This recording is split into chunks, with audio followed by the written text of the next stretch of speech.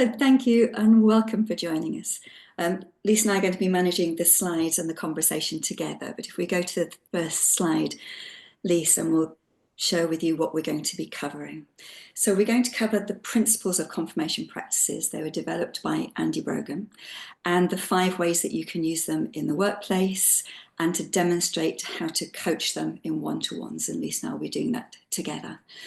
And confirmation practices are a way to reflect on how you're doing in your role, in your work with your colleagues, in how you're developing, and then set a goal to improve.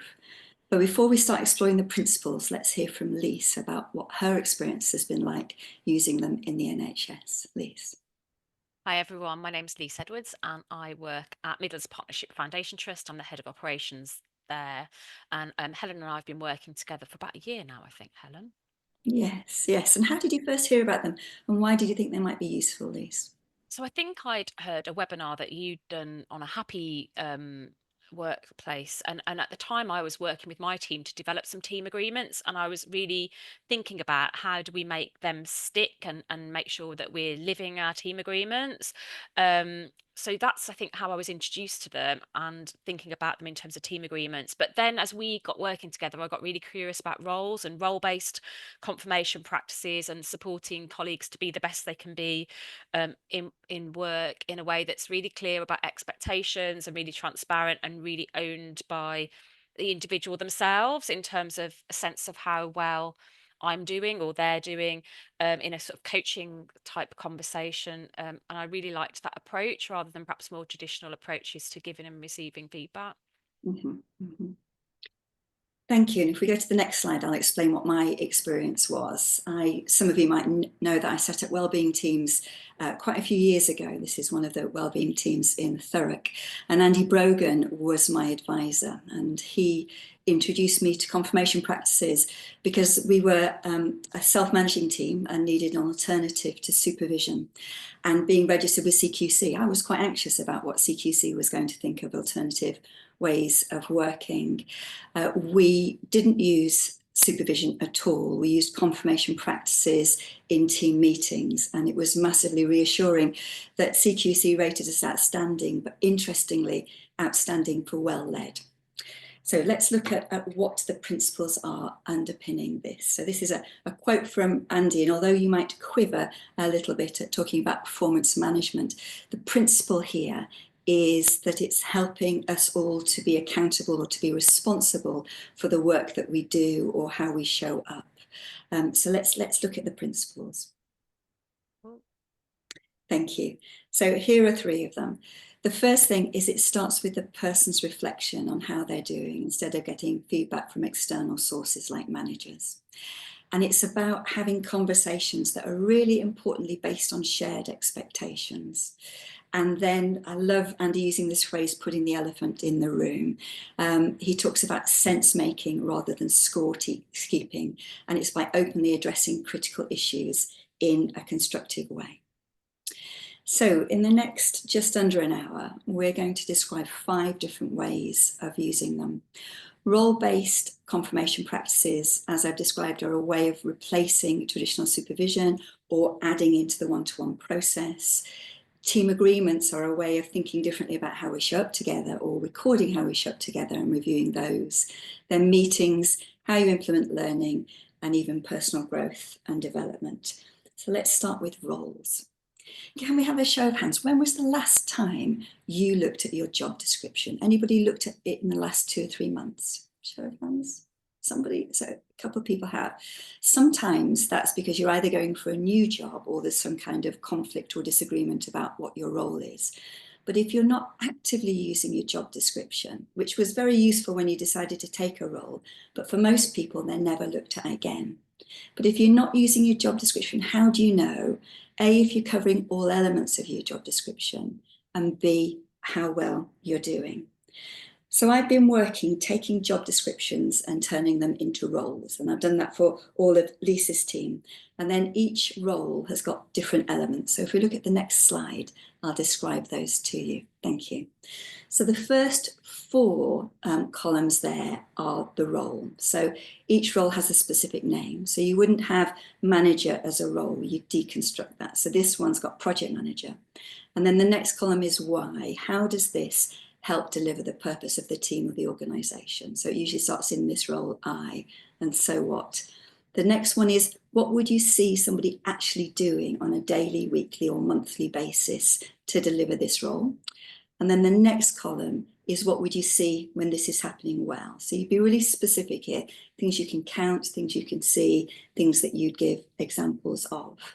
And the confirmation practice bit is the one at the end, where you give yourself a score between 1 and 5. 1 is, I feel like I'm barely covering this. 5 is, I'm confident I'm doing this consistently well. Lyse, let's hear from you about the first time you did confirmation practices in your role this way.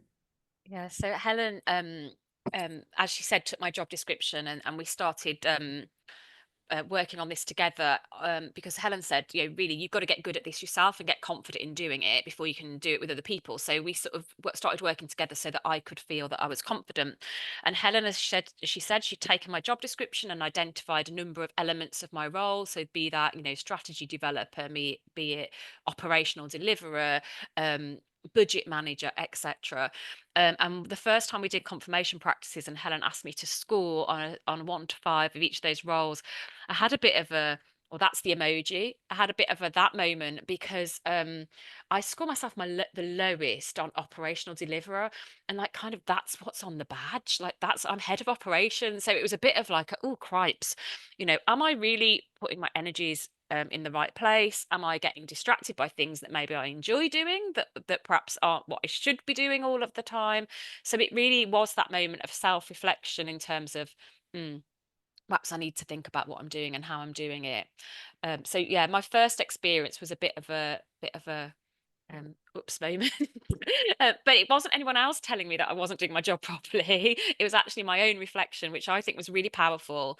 And then through the coaching card that we'll talk about later, it's thinking about, so what you're going to do, what you're going to do to give yourself a better score next time. And I think since that, we've, as Helen alluded to, we started working on this as a team. And so in our last team away time, we've introduced the team to the idea of confirmation practices and had a go at that initial practice, really. And we've agreed we're going to pick those up in one-to-ones. So I think from next month I'm going to be picking that up as part of one-to-ones. And one particular member of my team has been getting also some support from Helen, because we were interested to see how this might work in different layers. And she has been such a fan of the role-based confirmation practices, and she sort of really advocated for it when we all came together and said everyone should have these, it makes it so much clearer. So that's Saab, I'm thinking about Helen, who was really really wanted to share this, or felt that this was an approach that everyone should use. We've recently recruited to a couple of posts, and Helen and I were discussing about how we really bring this to life in terms of when we're recruiting. So as part of the pack that I sent out with the job, so obviously the traditional job description went out, but also the role-based confirmation practices for that job went out as part of the pack. And then at interview, we warned colleagues that that's what we were going to be interviewing about, or we gave them the heads up, that's what we were going to be using those to interview. So the questions at interview were from each of those role-based descriptors, and almost actually thinking of can you tell us of a time when you've done this in your current role? But actually, because they had that in advance, it really painted done for them in terms of like what good looked like. So hopefully it helped them think about how that they could bring past experience. And then I think the most recent experiment really in thinking about confirmation practices is we're trying to look at how we improve waiting list management. And I work in community services, and having come from an acute background where that was really bread and butter, it feels like it's slightly something that's a bit newer to lots of people, and newer to people new in role. And we were thinking about, well, I was thinking about, do I need to provide some training? And then I got curious about, well, actually, what if I provided some role-based confirmation practices for different people or different elements of waiting list management? So whether that's the person booking the appointment or whether it's the manager overseeing the waiting list, like what would happen on a daily, weekly, monthly basis if they were doing that well? What would you see? If you were doing that well, what would you be able to measure? And then thinking about how that might, again, as Benny Brown would say, paint done for people, so they could almost self-assess, well, where am I now? And then think about what they might need to do to improve. But it for me, what was really helpful about it is it's really granular about what good looks like, and the things you would see people doing. So I guess that's my experience today. I still feel like I'm relatively new in this world, but feeling like it's something we can start to embed in the way we work together. Thank you. I think two of the really crucial things, aside from the opportunity to reflect, is being clear about what's expected and what good looks like. And although job descriptions go some way to defining what's expected, it's usually a list of you will be responsible for. But in the role-based description, it says specifically, this is what we'll be expecting you to do daily, weekly, or monthly, and this is what good looks like. So Lyse, if we go to the next slide. So Lyse is pioneering using roles within recruitment, as is Samantha Jones, who works for the Stroke Association. So if we could look at the next slide, Lyse, and this is one of their adverts. And as you can see there, they've included the first two columns of the role descriptions, which is the name of it. And in this role, you'll be expected to do X, Y, and Z. And you'll notice here, this is our segue, as the member of the North East and Yorkshire Leaders team, you'll be working within their team agreements. So we're starting to see both team agreements and roles turn up in job descriptions. But it's from job descriptions. So as Lyse described, then what gets asked in the interview relates to the role. Then in induction, it's making sure the induction process equips people to deliver every aspect of the role. And you wouldn't get signed off in probation unless you were competent as what good looks like for each element of the role. And then in your one-to-ones after probation, you'd be using confirmation practices based on your role. So we then have a golden thread that goes from advert right the way through to end of probation into one-to-ones. Thank you. So let's take a breath now and move to team agreements.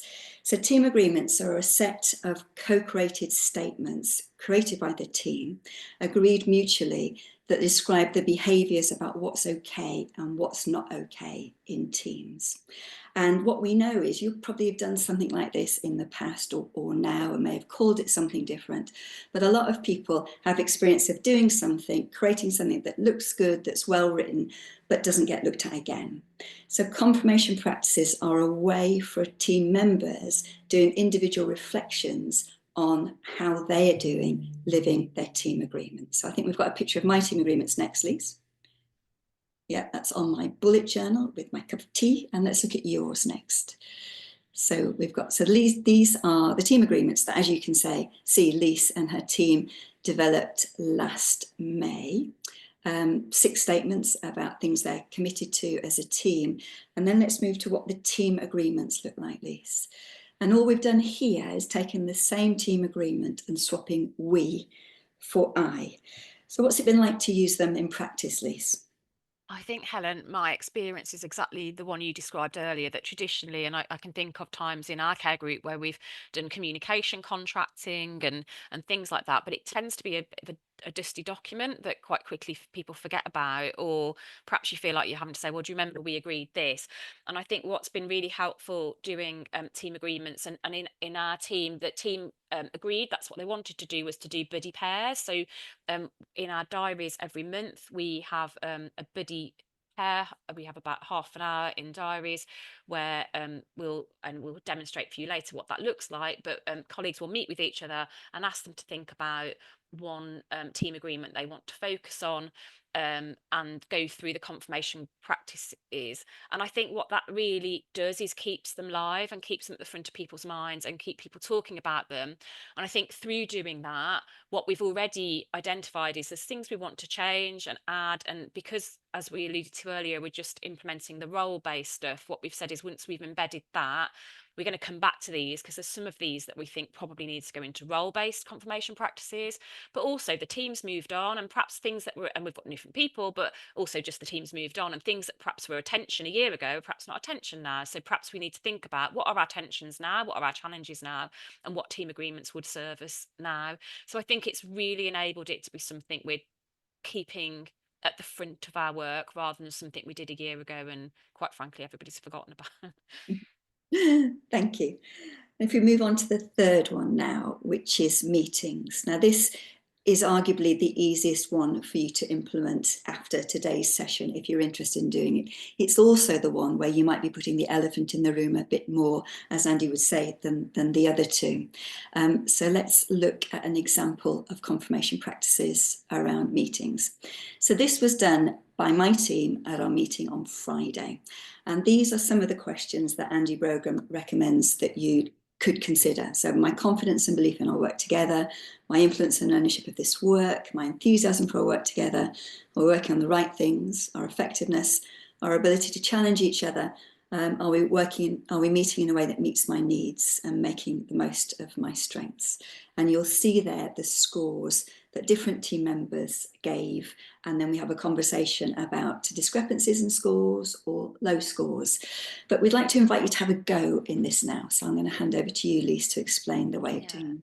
So what we'd like you to think about is the last meeting you attended, and if you were asked to do that sort of checkout practice at the end of it, how you would have scored that. Maria, I don't know if you can also put in the chat the hyperlink to Menti, but there's also a QR code, so whichever is your preference.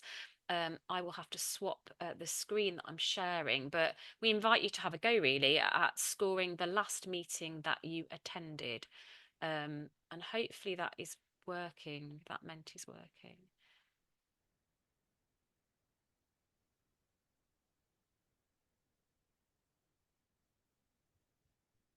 Is this where you then do the magic, Lyse, of showing it one? I'm going to stop sharing that, so I'm going to have to share a different screen. Is everyone okay getting onto that Menti? Yeah. I just can't see any results yet. We're still scoring.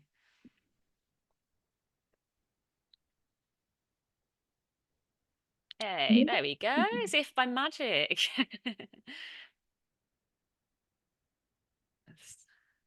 We're seeing them move in real time as well. As more people are voting. So as you can see, the lumps or how it rises in colour shows you the number of people who are scoring it differently, and obviously the score is obvious, and you can see them. It's wonderful to see them changing. So if we were doing this in practice, we would then spend 10 minutes looking at where there was great divergence in how people felt and whether we were concerned about the low scores and wanted to do anything about it. And interestingly, the ability to challenge one another in meetings is consistently being the lower one. Lyse. And Helen, I noticed that, and I think that's a great then think about as a team agreement, what might we need to have in our team agreements that enable us to be able to do that better. And you can see then how those different ways of doing confirmation practices can actually support one another. Absolutely. And you could just start with one or two team meeting agreements, possibly based on, we speak up in meetings and challenge each other, or we ensure every voice is heard in our team meetings. So that would be a simple way to get started with team agreements. Okay, thank you very much for doing that. And we'll go back to the slides now.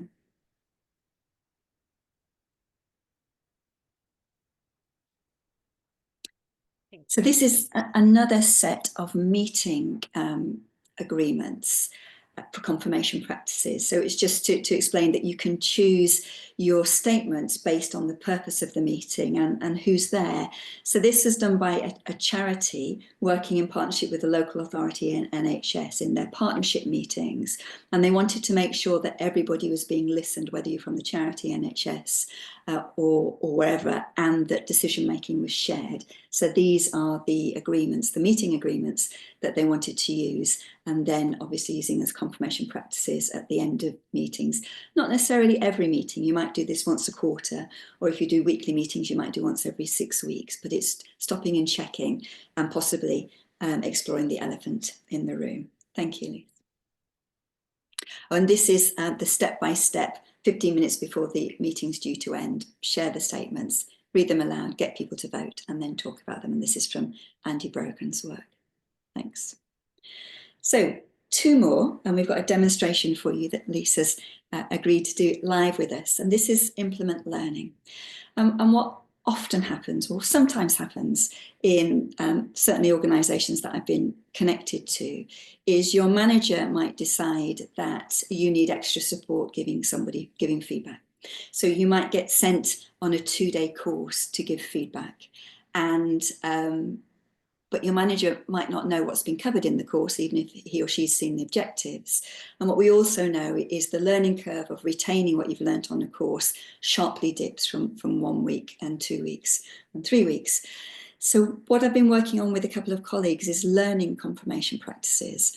And of those of you who are familiar with the wonderful Tough training organisation, this is taken from their training around different conversation styles and giving feedback. And what I did was took their objectives and then translated them into what would you see me doing if I was implying this learning? And then also what good looks like. So Anne, I can see you on the screen with me. So if Anne and I were working together, that I'd been on this course, that Anne was my manager, Anne would get these confirmation practices. So she would know exactly what to expect from my behaviour. We'd use the same coaching approach that we're about to demonstrate with you with Lyse, and I would score myself between 1 and 5 on these, and then we'd have a conversation about my lowest score and how I could improve. So it's in my dream world, the connection between L&D and managers and people attending courses would be joined up by having really clear confirmation practices of what would you expect to see me doing as a result of attending this program or course, or not doing, and what does good look like? How will I know that I'm doing this really well? And at the moment I'm working with a couple of people who are developing leadership courses so that people actually see the difference in them and their leadership styles, and their managers can support them in doing this. Thank you, Lyse. So finally, personal growth and development. Can you remember, it's February now. February is the time when most New Year's resolutions have dissipated into the wind. You might be different. Or if you had an annual appraisal at the end of the year, your goals for your annual appraisal. So I'd like to show you an example next of how you can use confirmation practices around personal development statements. So these are ones that I've been doing with a colleague of mine, and a couple of them were areas that she wanted to develop personally at work. But there are also things that she wanted to do in relation to not taking her frustration home with her. Sometimes recognising that she has a tendency to be a people pleaser and really want to focus on good work and life balance, but also how she's working out loud. So a mixture of things that she's focusing on. And every 2 months, we do a coaching session around confirmation practices around this. She scores herself between 1 and 5, and we have a conversation about her lowest score, and she sets herself a goal. And you may be thinking, well, what if I want to do personal development confirmation practices and team agreement ones and roles? How could I possibly do all these sets of team agreements? Well, one of the people I've been working with longest doing confirmation practices is Sam, who I showed you earlier. And we started off with her role confirmation practices. She has those. And then we did something called immunity to change maps, and that generated another goal for her that she wanted to keep paying attention to, that she added on to her role ones. And then when she did team agreement reviews and confirmation practices, she took her 2 regularly lowest scores from team agreements and added them in. So she has 1 set of confirmation practices, which is 80% roles, but also includes a personal development one, and also 2 related to team. And just to go back to Happy Henry and Henry's work that Lyse mentioned right at the beginning, Henry's take on this is with the people that he has one-to-ones with, he helps them identify one really powerful statement that they're working on in their personal development. So it might be, I am confident that I'm managing my time and my work effectively. And in his one-to-ones, he just asks them to score themselves with that one statement on how they're doing and set a goal to improve. So we're going to ask you to work in threes for a few minutes to look at where your reflections on what you've heard and where you might see opportunities to use confirmation practices in your work before I do a demonstration with Lyse, so you can see exactly what we mean by it. So you might see opportunities to take your job descriptions and turn them into roles, or team agreements, or meetings, or implementing learning, or personal growth and development. So Maria's going to magically send you into groups. Thank you. So let's imagine that Lyse has been on a course around psychological safety.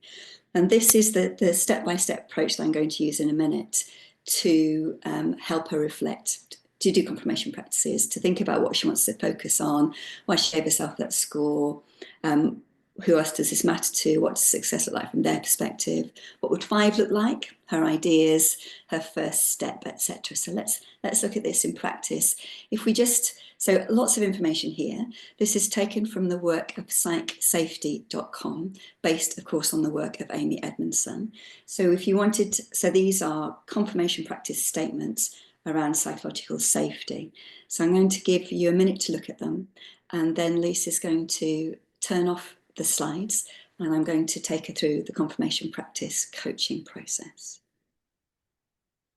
So what I'd be saying to Lyse is have a quick look through, give yourself a score for each of them, and then we'll start the process. And you might think that's a lot, but we just want your gut reaction on which one you think. I'm scoring yourself between 1 and 5, 5 being consistently doing this really, really well. 1 is not doing this very well at all, and starting there. So Lyse, are you ready to get going? I'm ready. But I'll stop sharing it once I've read out which one it is, because I'll forget otherwise, if that's okay. so Lyse, what do you want to focus on? And this is often the one with your lowest score. So I'm going to focus on number 4, which is I'm confident that I'm supporting the team to find systemic causes when something goes wrong. Thank you. So how does it feel to give yourself a low score for that? And what score did you give yourself? So I gave myself a 2. And how does that feel? I guess I feel a little bit disappointed because it's what I recognise we probably should be doing, but I think it's born of the pace at which we're working, so I don't think I'm doing it well enough. And who else does this matter to?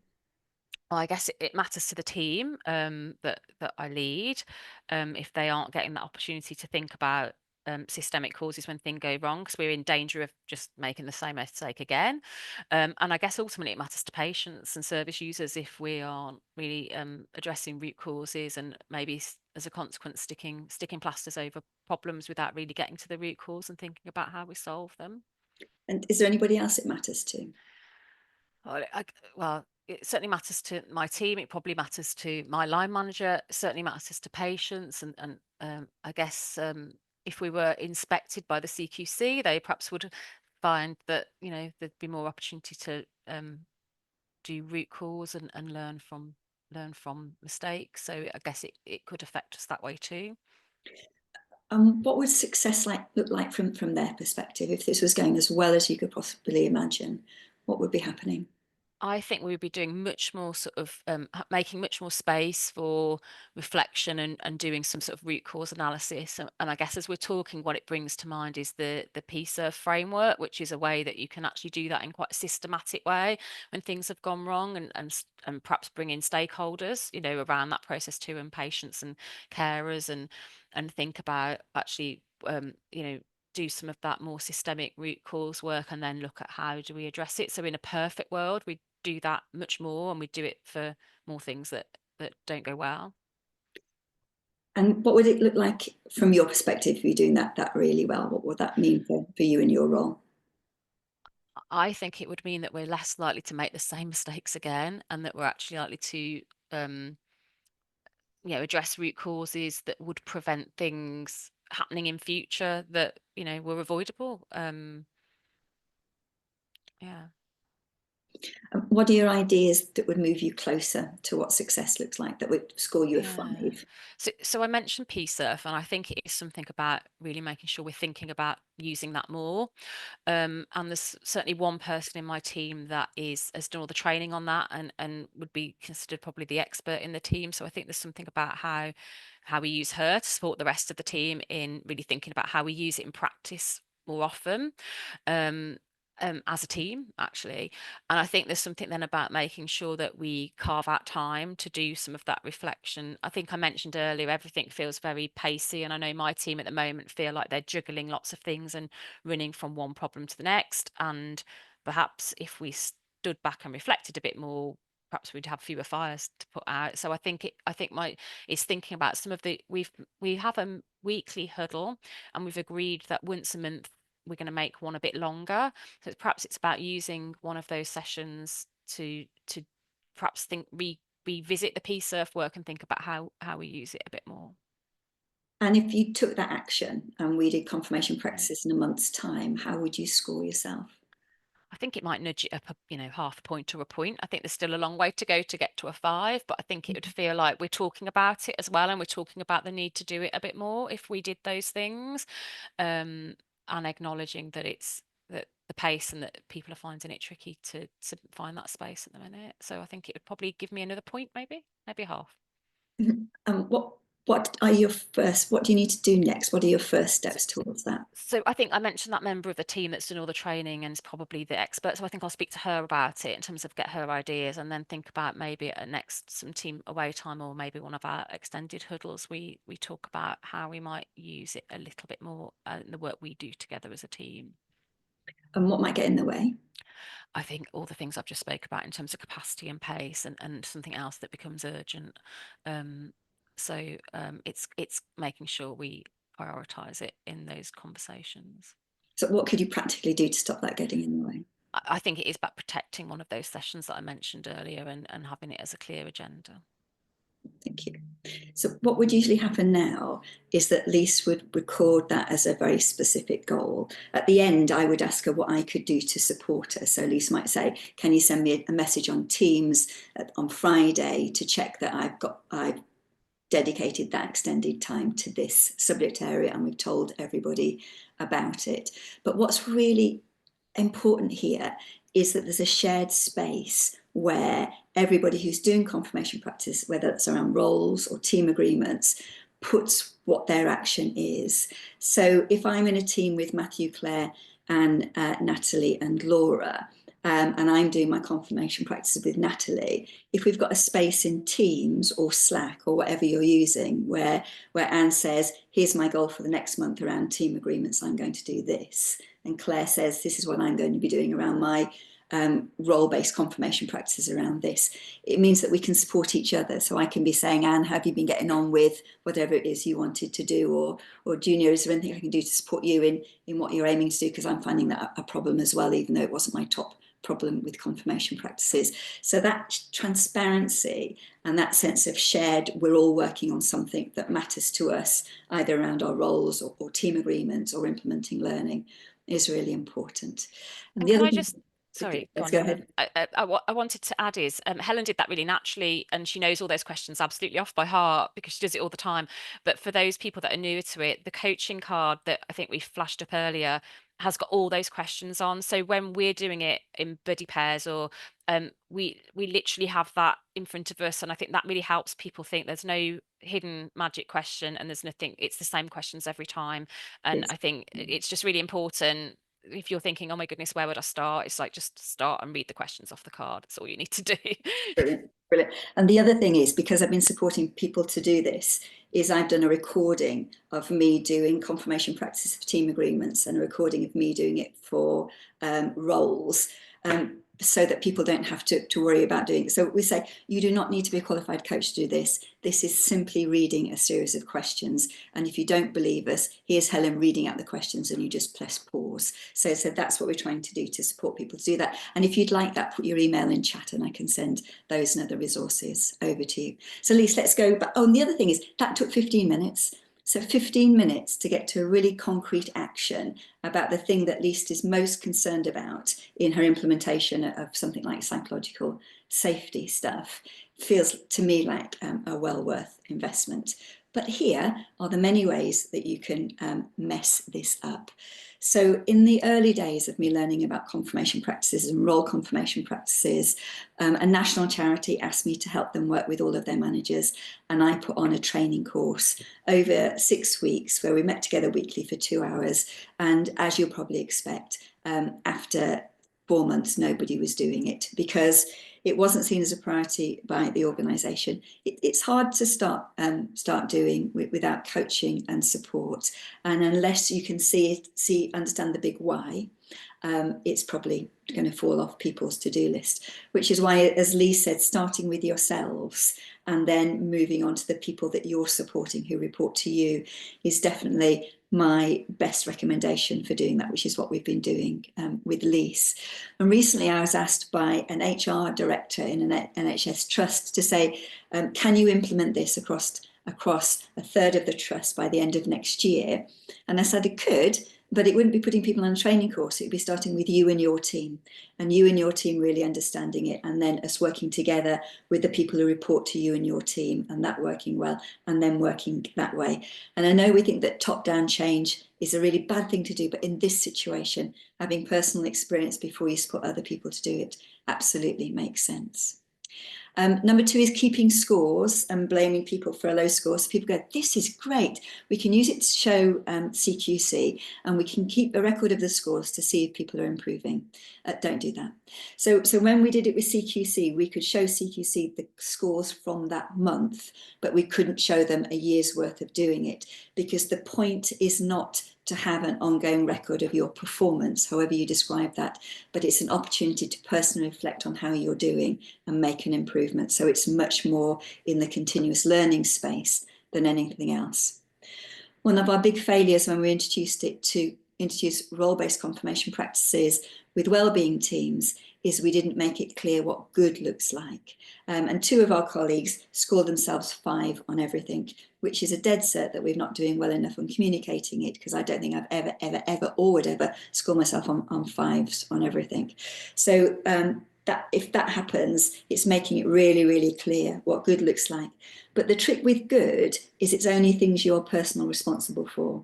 So if one of your roles is recruitment manager, you wouldn't have success looks like we recruit 10 new people to every role, because the recruitment manager isn't in control of whether that happens or not.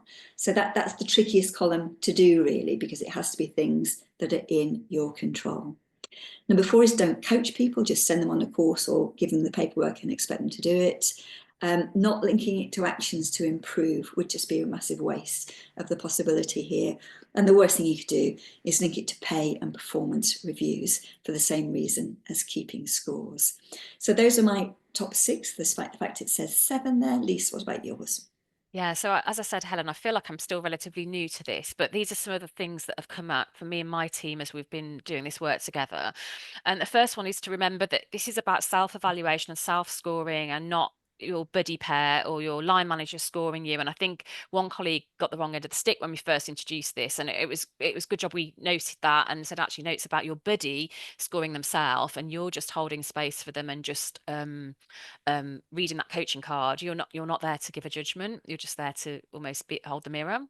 One of the things that I did that I think was helpful for the team was to create a pack that had our confirmation practices for the team agreements, those I statements, and then the coaching card with the questions that I've just shared in one document, so that people could just open that every month. And there was a few bit, oh, where have we saved that? Where is that? But we have got an area of teams.